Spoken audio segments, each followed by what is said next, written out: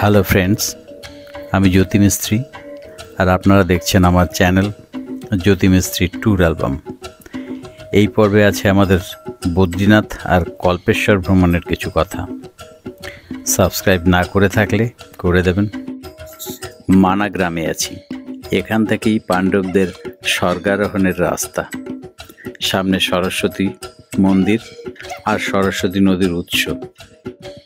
আছে ব্যাসদেবের গুহা, যেখানে মহাভারত লেখা হয়েছিল।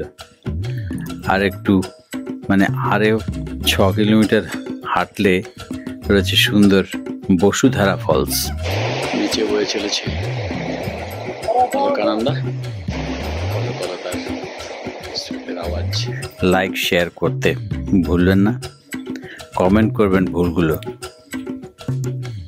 এই বদ্রীনাথের দর্শনের জন্য অনেক লম্বা লাইনে দাঁড়িয়ে সাংঘাতিক ভিড় ঠেলে দর্শন সেরে আমরা চললাম কল্পেশ্বরের উদ্দেশ্যে। রাস্তার উপরে একখানা পাহাড় আবার ঝুলে রয়েছে রাস্তার উপরে। সুন্দর দৃশ্য। এরকম দৃশ্য এখানে না এলে বোঝানো যাবে। আমরা বদ্রীনারায়ণ থেকে শুরু করেছি 11টায়।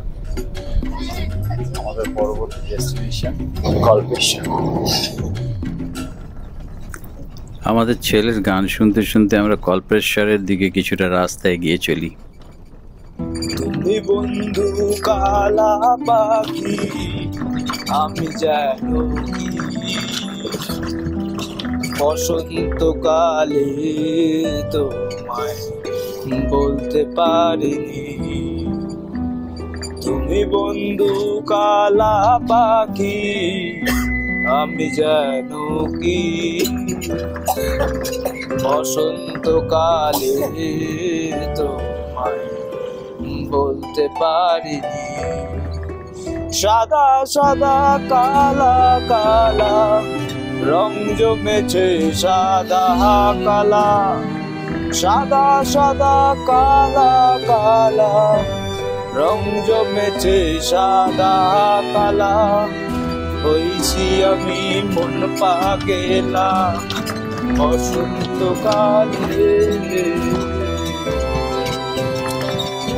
বন্ধু কালা পাখি, আমি জানো কি, আমি জানো কি রে বসন্তকালে তোমায় বলতে পারিনি।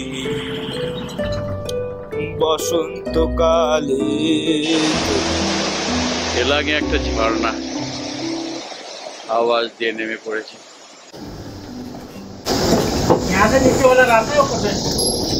তো মালুম নেই, এখানে দুটো রাস্তা আছে। আমরা একটু কনফিউজ হয়ে যাচ্ছি নিচে না করে। আমরা ছবির মতো সুন্দর উর্গম ভ্যালিতে পৌঁছচ্ছি। এই উপত্যকায় আমরা থাকব ইন্দার সিং রাওয়াতের বাড়ি হোমস্টেতে।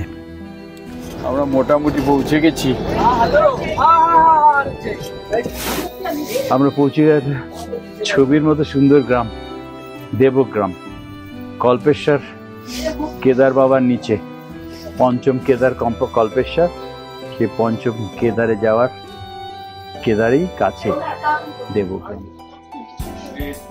यह है इंदर सिंह रावत, देवग्राम में घर है। ट्रेकिंग में हेल्प करते हैं, बहुत अच्छा आदमी है। इनका होम स्टे में हम रहते हैं कृष्णा पैलेस। आप इनका टेलीफोन नंबर डिस्क्रिप्शन बॉक्स में दे देंगे, देख लेना और कांटेक्ट करना। कल्पेश्वर महादेव मंदिर में आने এখানেই চলে আসবেন। টেলিফোন করে টেলিফোন নাম্বার দিয়ে দেবো ডেসক্রিপশন বক্সে। আমরা যাচ্ছি এবারে কল্পেশ্বর মহাদেবের মন্দির দর্শনে। তারপরে এখনই গাড়িতে উঠে আমরা এখান থেকে চলে যাব।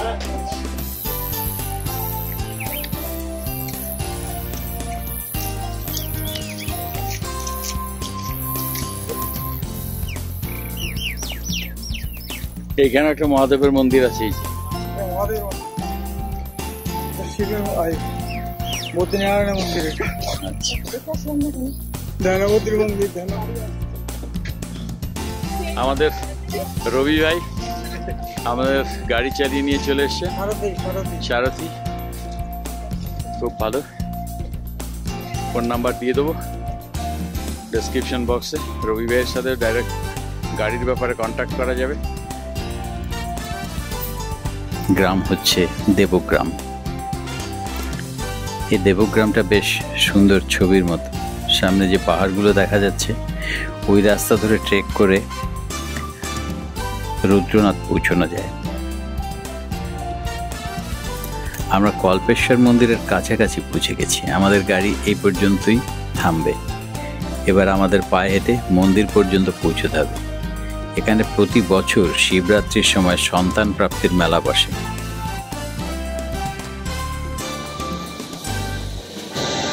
কল্পেশ্বর মন্দিরের ইতিবৃত্ত।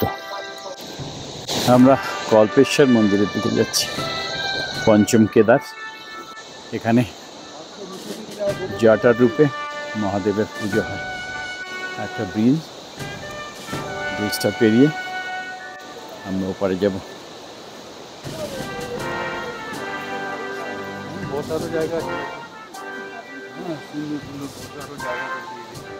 ডান দিকে ঝর্ণা নেমে যাচ্ছে।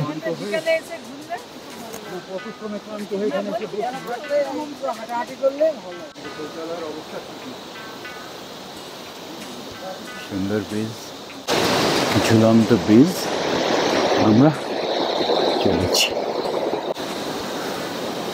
এই ওপরে কল্পেশ্বর মহাদেবের মন্দির। এই যে মন্দির কল্পেশ্বর মহাদেব, পঞ্চম কেদার। আমাদেরকে একটু সিঁড়ি দিয়ে উঠতে হবে।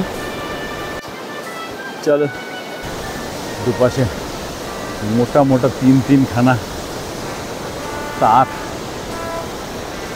তাই দিয়ে ব্রিজটাকে ঝোলানো আছে।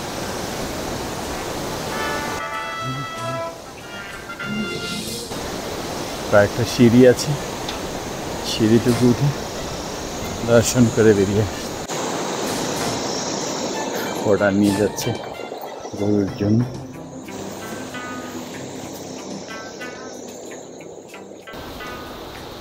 ঘন্টা খুব কাছেই আছে, অনেকটা কাছে। একবার বাজিয়ে দিই ঘন্টাটাকে।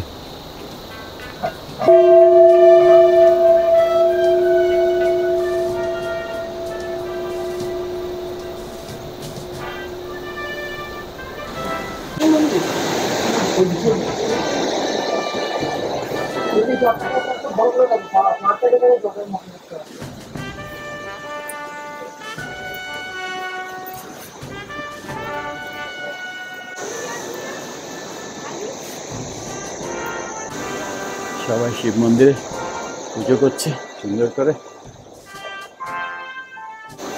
বজরংবলী।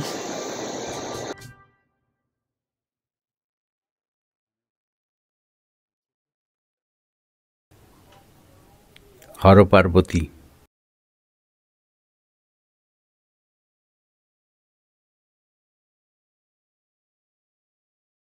আর এই হচ্ছে গর্ভগৃহ।